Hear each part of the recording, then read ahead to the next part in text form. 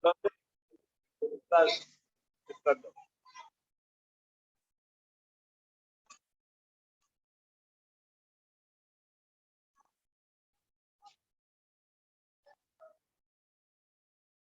¿A quién le gusta leer? Alcen la mano. ¿Les gusta mucho la lectura? Sí. ¿Conocen un escritor que se llama Spencer Johnson? Es muy conocido. Y les voy a dar el nombre de un libro. Y ustedes van a decir, ¿quién se ha robado mi queso? No, el libro es muy bueno. El libro es bastante interesante.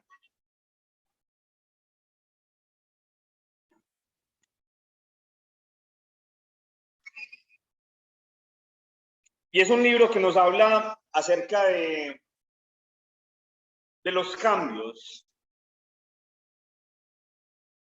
y cómo constantemente nos da miedo hacer cambios en nuestra vida.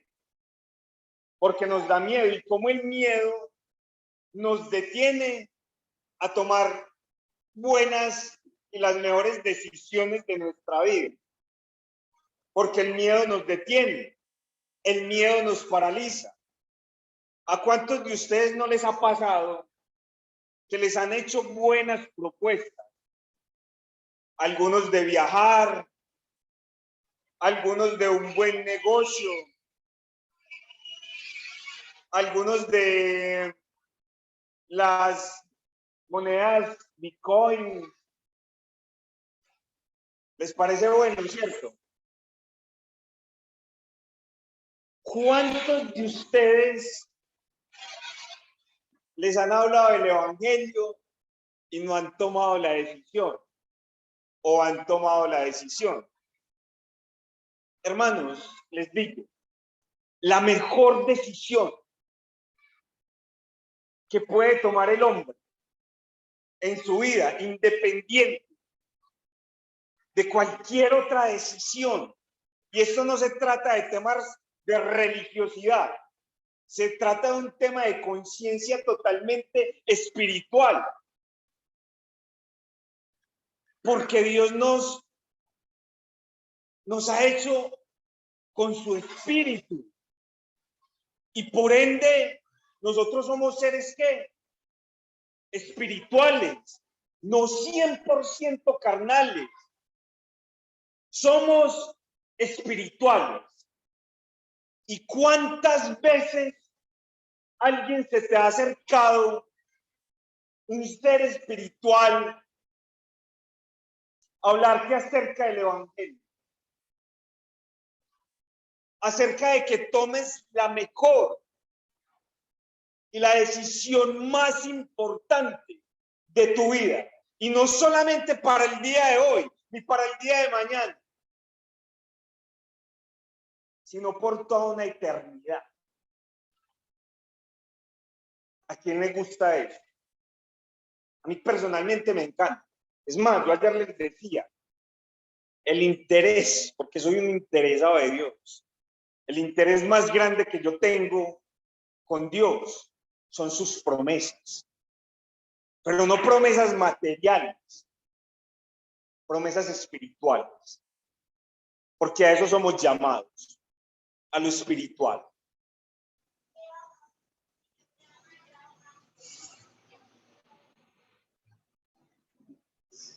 Cuando hablábamos de este libro, hablábamos de quién se ha llevado mi queso, quién se ha robado mi queso. Y son dos ratoncitos que constantemente, todos los días, estos dos ratoncitos llegan al mismo punto,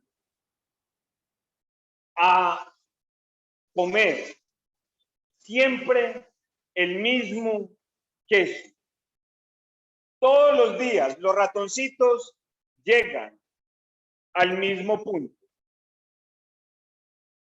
Y resulta que un día se levantan y ya no está el queso. Qué caos tan berraco, qué caos tan impresionante de algo que estamos acostumbrados y que ya no esté. Muchas veces Dios hace eso y Dios constantemente nos sacude. Y cuando nos sacude, no nos gusta. ¿Por qué? Porque todos queremos vivir en una zona de ¿qué? De confort y no estamos preparados para los cambios. ¿Qué pasó con los hermanos del primer siglo? Ellos tenían que trastornar y ellos tenían que cambiar el mundo. ¿A través de qué? A través del evangelio. Pero ellos no se querían mover. ¿Y qué pasa? Hay una gran persecución. Y empiezan a matar a los cristianos de una manera increíble. ¿Qué tienen que hacer ellos? Salir de su zona de ¿qué? De confort, para que el propósito de Dios se cumpla. Entonces muchas veces pasa esto, estamos en una zona de confort y decimos, bueno, pero acá no pasa nada, no hay crecimiento, la obra se estanca. Hermanos, no sea que Dios nos sacuda y nos haga mover de esta zona de confort de una manera que a ninguno nos va a gustar.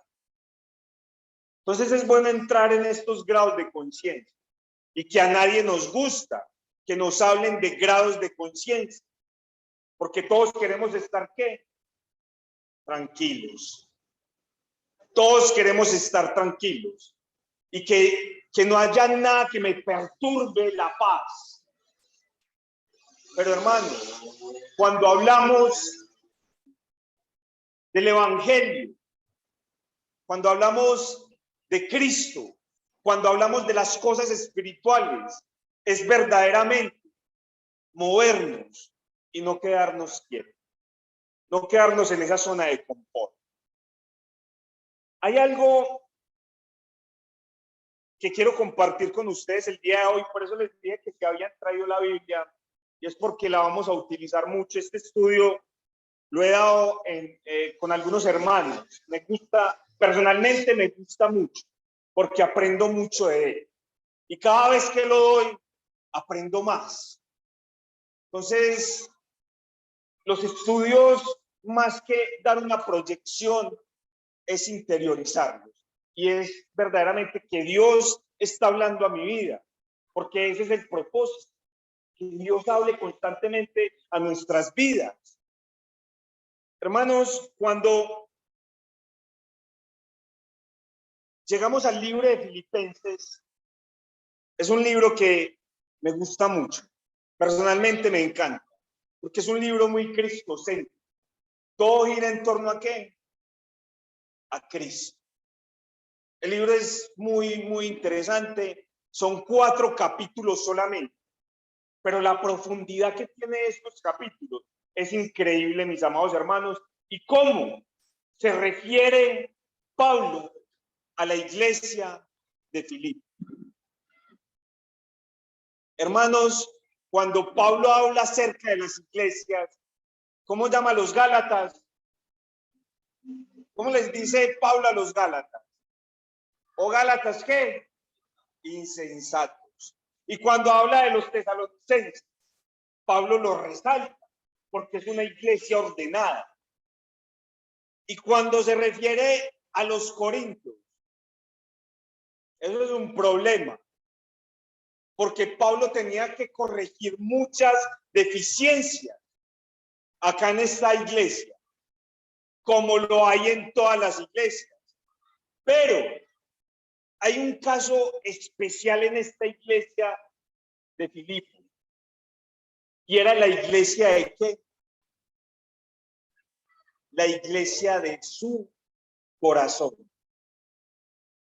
Esta iglesia para Pablo representaba la iglesia de su corazón. Pregunto, a los líderes y predicadores que están hoy acá.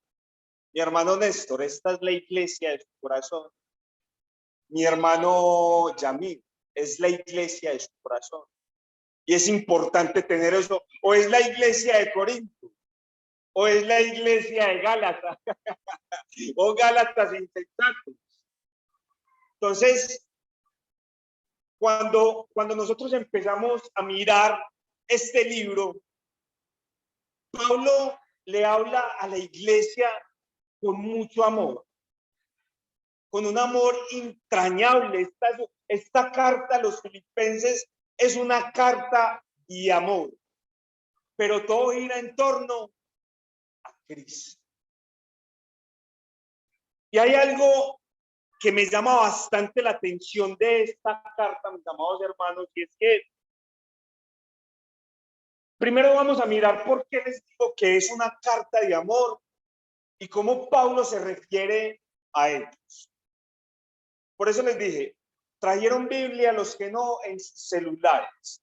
Y vamos a estar muy atentos porque voy a empezar a señalar. Entonces vamos a estar muy atentos. ¿Listo? Filipenses capítulo 1, todo el tiempo nos vamos a centrar ahí en Filipenses. ¿Listo?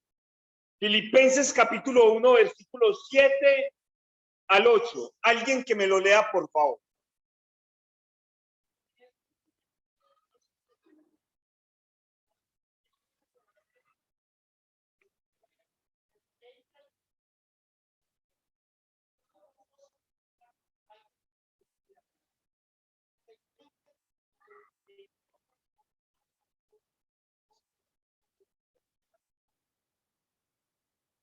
¿Dónde los tenía Pablo? En el corazón. Pablo los tenía en su corazón. Hermanos, hace poco me leía un libro donde el escritor narra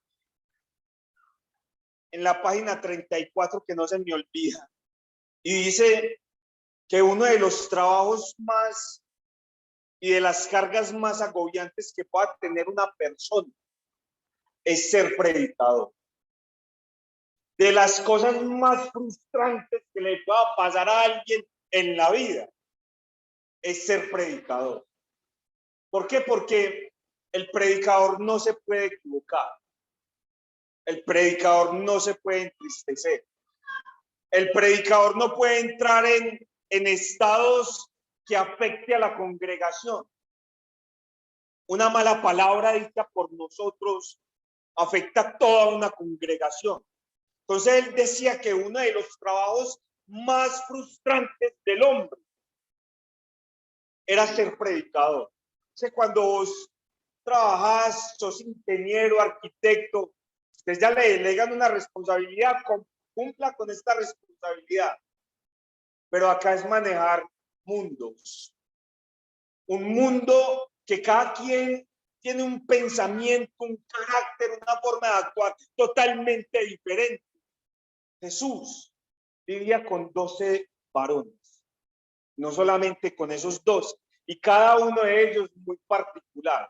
Cuando se empieza a mirar uno la vida de los apóstoles, cada uno aprende mucho de ellos. De hecho, hace poco hicimos un estudio de cada uno de los apóstoles. Y uno dice, bueno, pero yo qué voy a hablar de Tomás. Cuando vemos unos pocos versículos, hermanos, es increíble todo lo que nos enseña cada uno de ellos.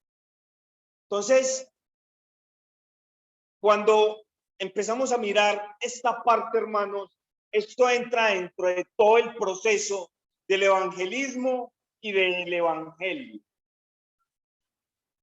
Entonces, Pablo ama a la iglesia.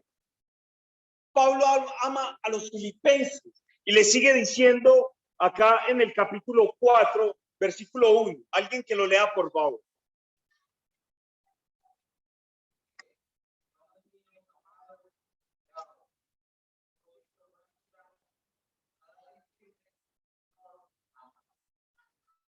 Me encanta eso. ¿Qué les dice? Gozo y corona mía. Pablo en esta carta tiene una obsesión. Pablo está obsesionado por algo. Líderes, predicadores, ¿cuál es su obsesión? ¿Qué es lo que tiene en su corazón? ¿Qué es lo que yo tengo en mi corazón? ¿Qué es lo que Cristo me enseña después de su muerte? Pablo la tenía clara acá. Y Pablo les va a mostrar a ellos cuál era la obsesión más grande que tenía Pablo. Hermanos, capítulo 1, versículos 5 al 7. Alguien que me lo lea, por favor.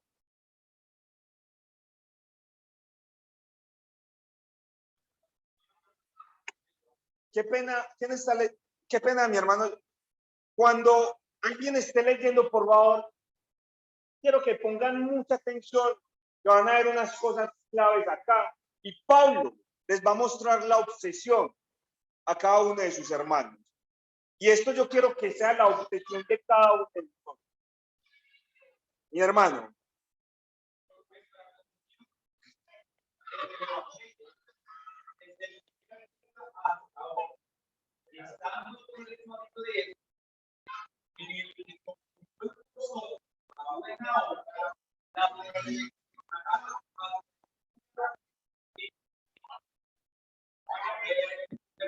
Hasta el 7, mi hermano.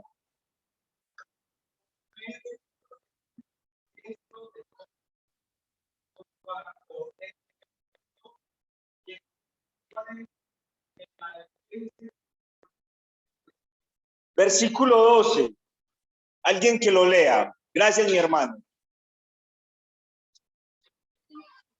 Sí, estamos en el capítulo 1. Alguien que me lea el versículo 12.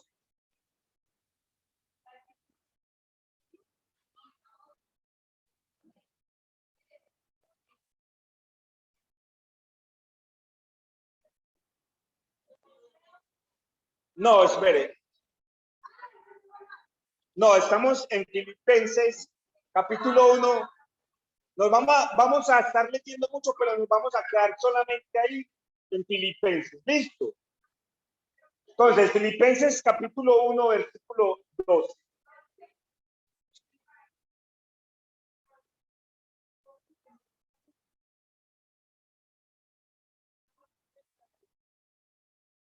Hermanita, muchas gracias. Versículo 17.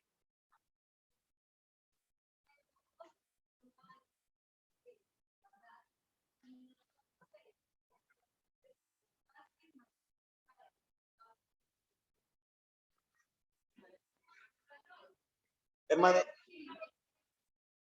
no, 1:17. Esa es, bueno, no importa, hermano.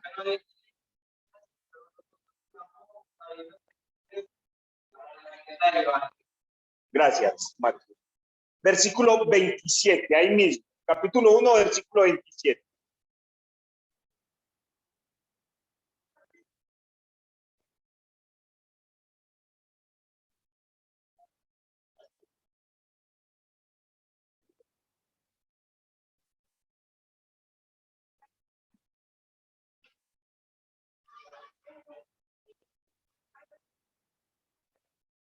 Gracias, hermanita.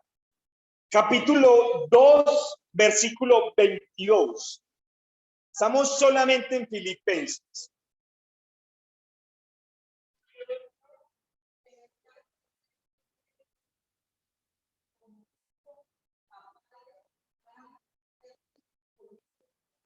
Gracias, hermanita. Capítulo 4, versículo 3.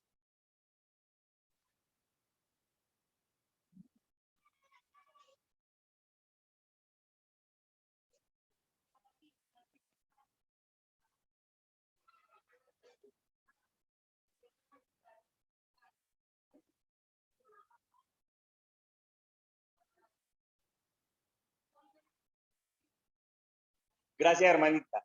Capítulo 4, versículo 15.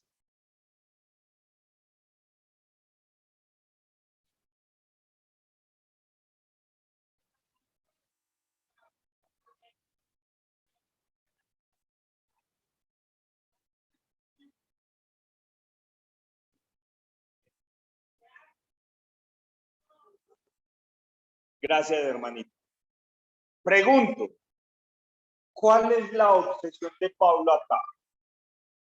¿Qué es lo que Pablo les está mostrando a los hermanos? Y el evangelio. El evangelio. A Pablo le interesa el progreso del evangelio y quiero que miren el capítulo 1, versículo 12. Alguien que me lo lea.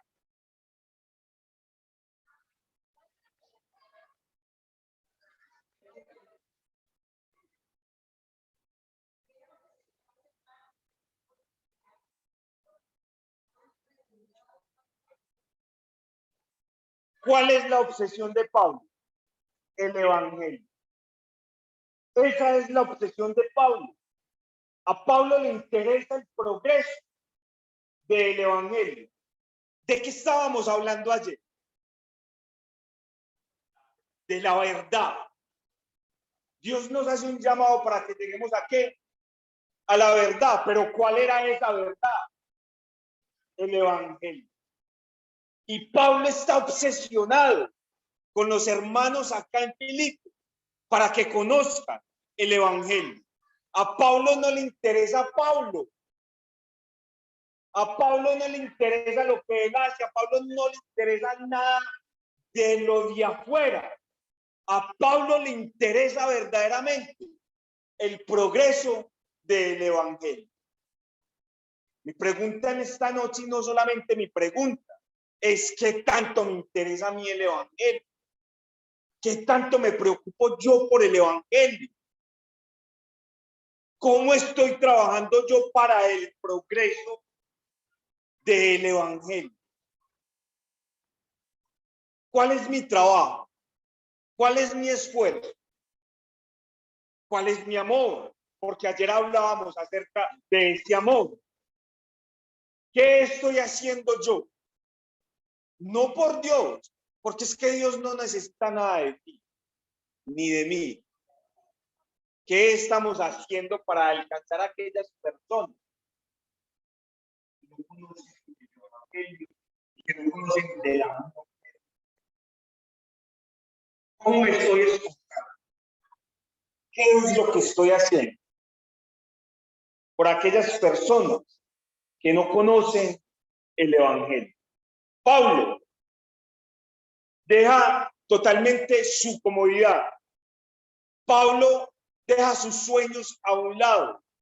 Esto no quiere decir, hermanos, para que mis palabras no sean malinterpretadas, es que el predicador que se paró allá dijo, no, hay que dejar todo para irnos a predicar el evangelio. No, cuidado con eso, hermanos. Hay que tener una balanza y hay que compensar todo. Pero, hermanos, ¿qué es lo que verdaderamente estoy haciendo yo por la obra?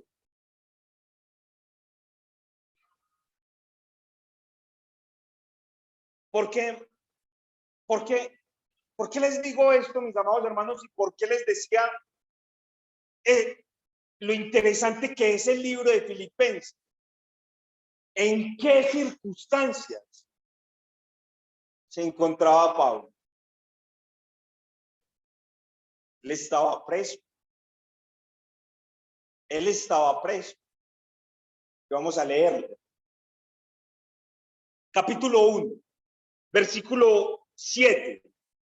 Vamos a hacerlo rápidamente. Uno que me da el versículo 7, versículo 13, versículo 14, 16 y 19. ¿Quién tiene el 7? Del capítulo 1.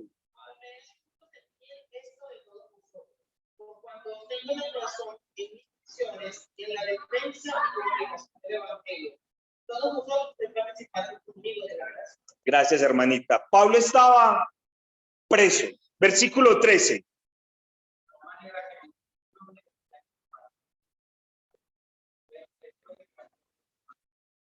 Versículo 14.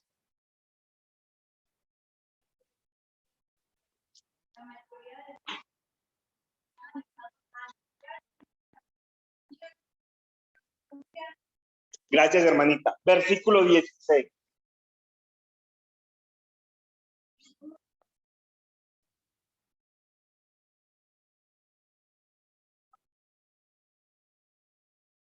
Gracias, hermanita. Versículo 19.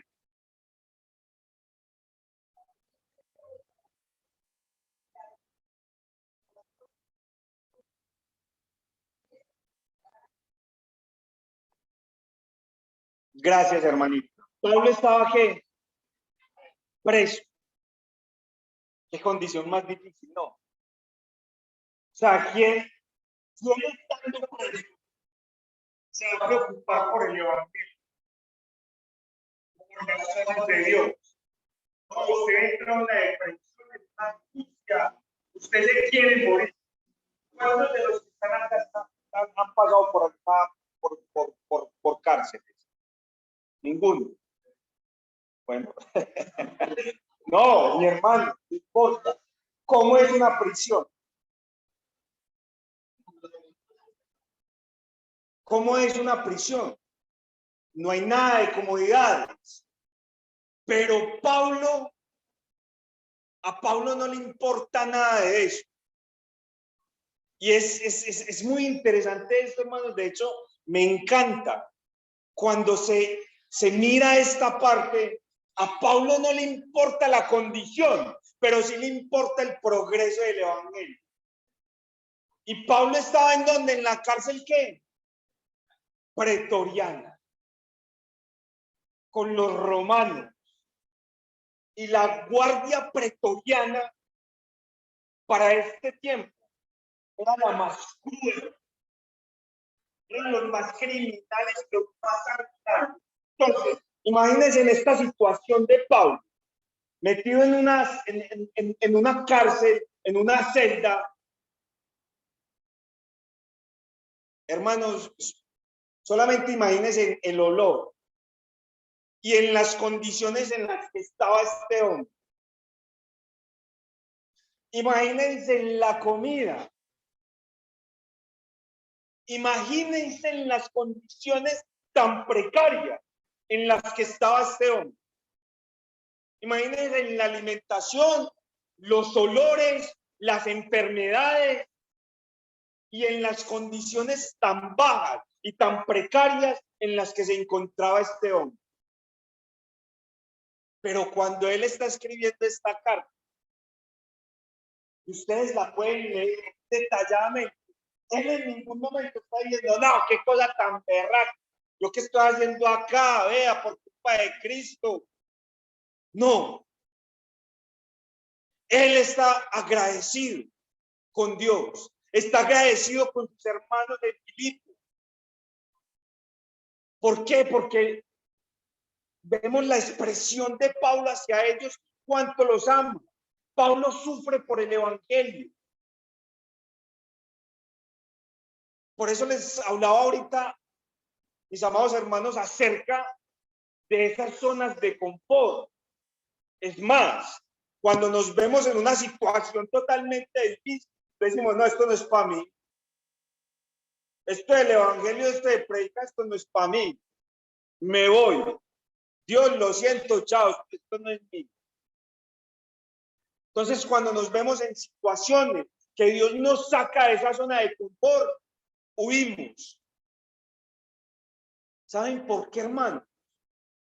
Porque no hemos aprendido y no hemos conocido verdaderamente la gracia, el amor y el favor de Dios. ¿A través de qué? Del poder transformador del evangelio. ¿Qué es lo que Cristo ha hecho por cada uno de nosotros? ¿Qué tanto hemos entendido como Pablo lo entendió metido allá en esa cárcel? Y es algo impresionante porque la guardia pretoriana, cada 4 horas, cambiaban de guardia. Cada 4 horas. Y algunos teólogos dicen, Pablo estuvo preso en Roma durante 2 años. Y algunos teólogos dicen que Pablo para este tiempo alcanzó a evangelizar. Estamos hablando acerca del evangelio a unas 2.800 personas, porque Los romanos para ese tiempo manejaban legiones. Entonces, para ellos no era imposible que todos los días hubiera una persona totalmente diferente ahí en la puerta de la celda de Pablo. 2.800. Entonces, las personas que creían que tenían encarcelado a Pablo, ellos creían que lo tenían encarcelado. Mentiras. ¿Sabe qué estaba haciendo Pablo? Pablo los tenía presos a esos 2.800 guardias. ¿Y sabe cómo los tenía presos? A través del evangelio.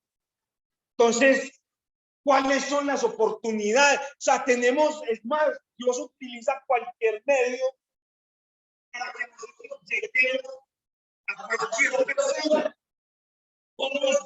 ¿Cómo lo estamos utilizando? ¿Cuáles son los medios que nosotros estamos utilizando? ¿Cuáles son las oportunidades que Dios a diario nos presenta para nosotros llegarle a esas personas que no conocen de Cristo, que no conocen el evangelio? ¿Cómo estamos aprovechando las oportunidades? Hermanos, la gente, estos guardias creían que tenían preso a Pablo. Es tan poderoso, valga la redundancia, el efecto del evangelio. Hermanos, capítulo 4. Vea lo que pasa acá, que es maravilloso. Versículo 21, alguien que lo lea.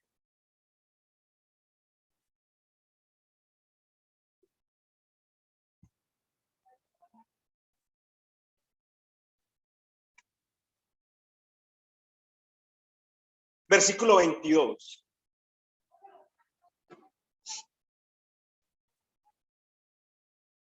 ¿Qué ven ustedes ahí, hermanos?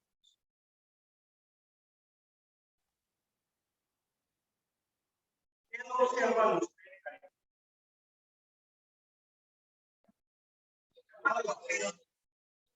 Es tan poderoso el evangelio que hasta los de la casa de César se convirtieron. O sea, ¿por qué nos da miedo hablar acerca del evangelio? ¿Cuáles son nuestros miedos y cuáles son nuestras inseguridades? Cuando ayer hablábamos acerca del poder de la palabra, de la información tan poderosa que nosotros tenemos, ¿por qué nos da miedo hablar? ¿Por qué nos da miedo aplicarla? ¿Por qué no la podemos entender? ¿Por qué no podemos llegar a la sabiduría de Dios? Hermanos, hasta la casa del César se convirtieron a Cristo. Vemos las oportunidades que este hombre, estando preso, logró. Vemos lo que hace el evangelio. Vemos todo lo que pasa acá. Entonces me impresiona, por eso me gusta tanto. Toda la Biblia es espectacular, hermano. Pero personalmente me encanta.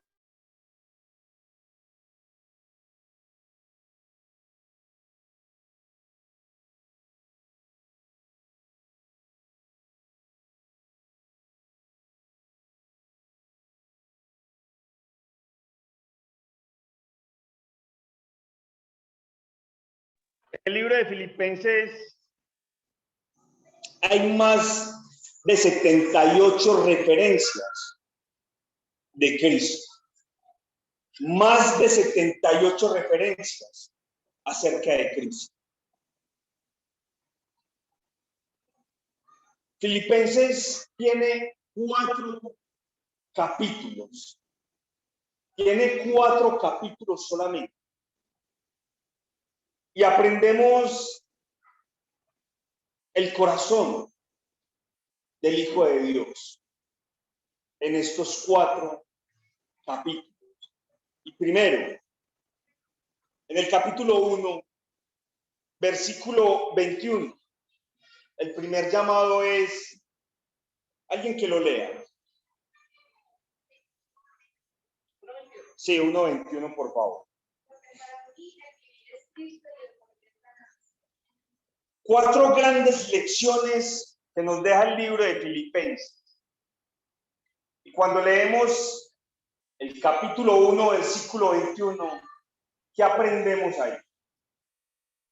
¿Qué observamos? ¿Qué está diciendo? ¿Qué nos está diciendo Dios a través de su palabra en este versículo? Quiero que lo vuelvan a leer.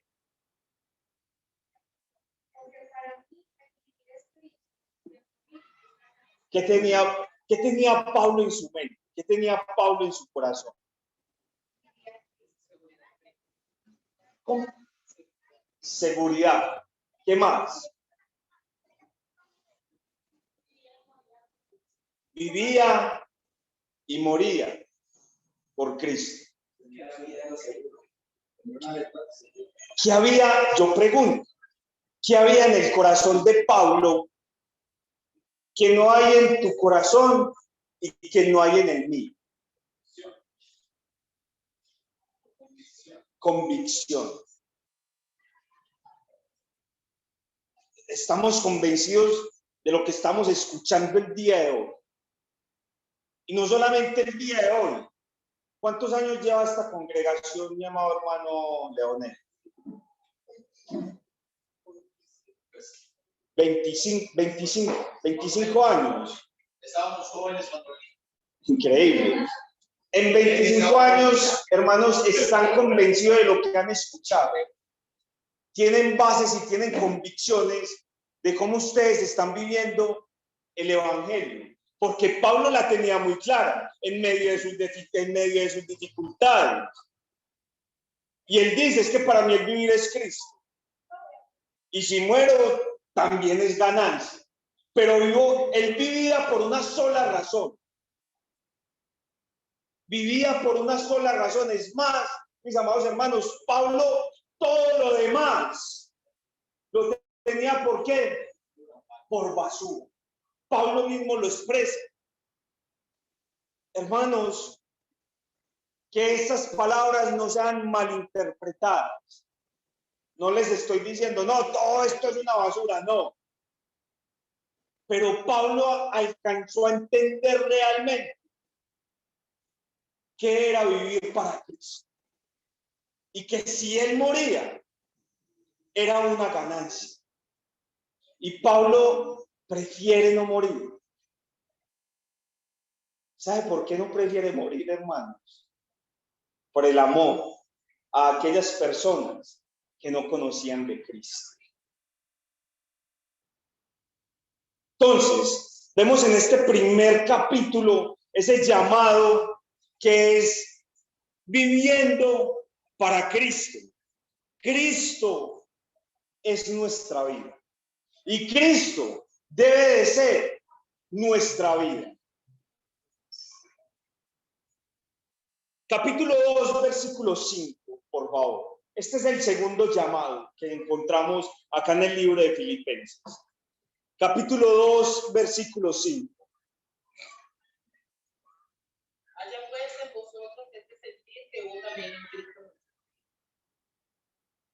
¿Qué vemos? ¿Qué observamos ahí? Ya miramos y ya observamos que en el primer llamado Cristo debe ser nuestra vida. Pero ¿qué observamos acá? En el capítulo 2, versículo 5, ¿qué observamos?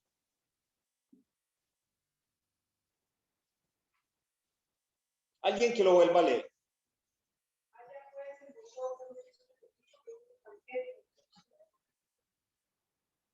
¿Qué observan ahí?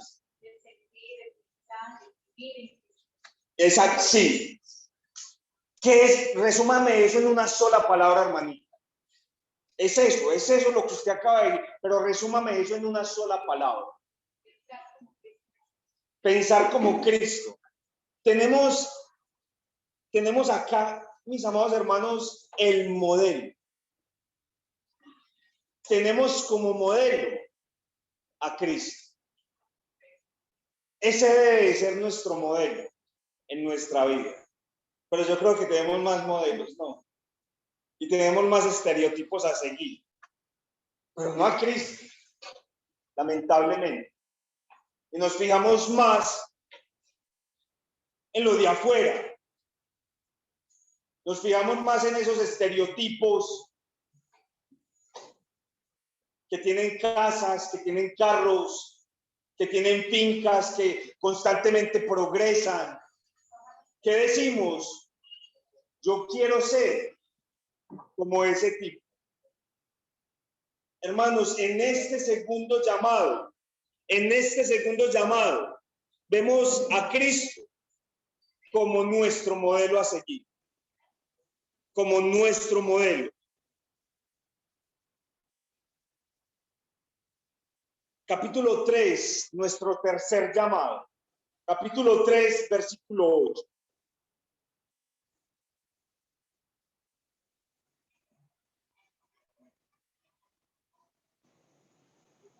Alguien que lo lea, por favor.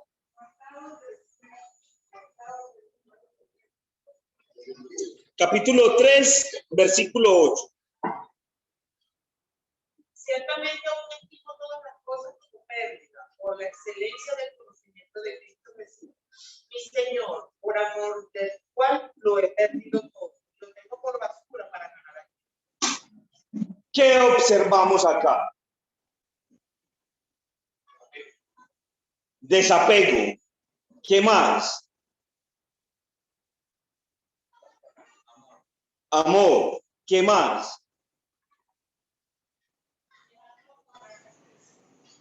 ¿Cómo? Dejar todo por seguir a Cristo.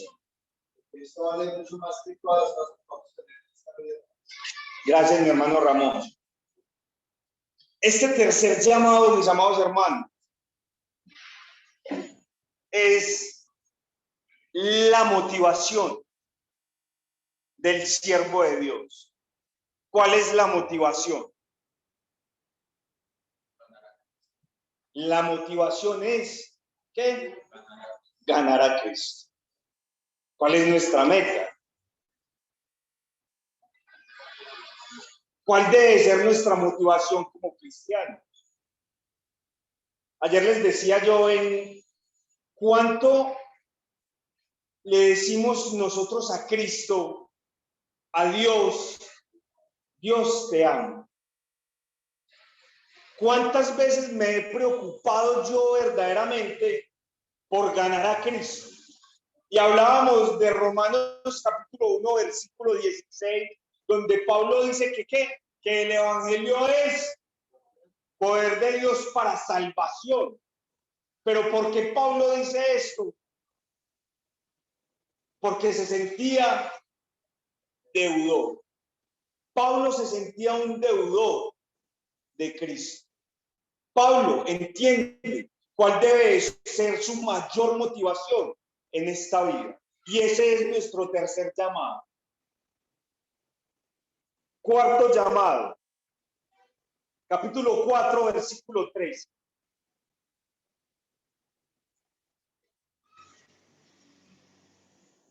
Asimismo te ruego también a ti, compañero fiel, que ayudes a ellos que combatieron justamente contigo en el Evangelio, con clemente paciencia.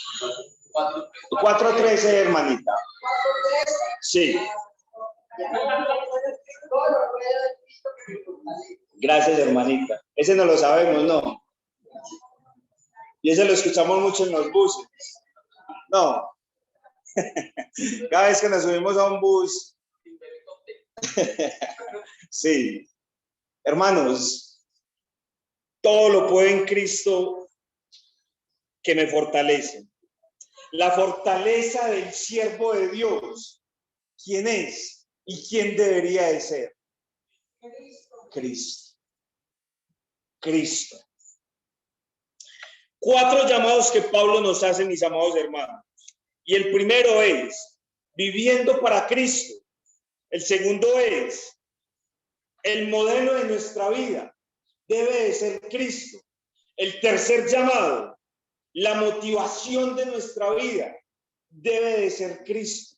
Y el cuarto llamado, la fortaleza de nuestra vida debe de ser Cristo.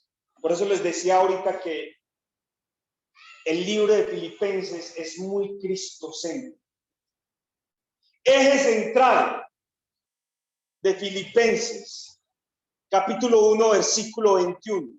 Este es el eje central de toda esta carta. Capítulo 1, versículo 21.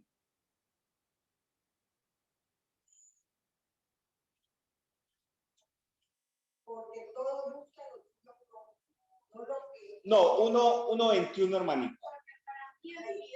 Tranquila, hermanita. ¿Cómo, hermanita?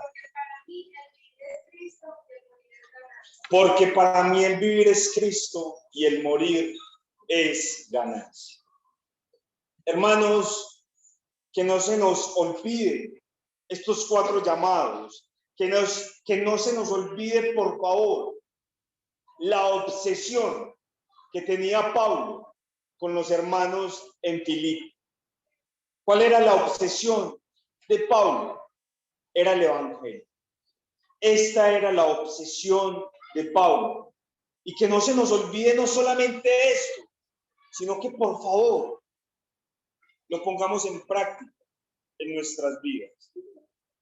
Que pongamos en práctica ese poder transformador del evangelio. Dios los bendiga, mis amados. Amén. Los hermanos en plataforma, un fuerte abrazo, que Dios los bendiga grandemente. Amén, hermano. Dios lo bendiga.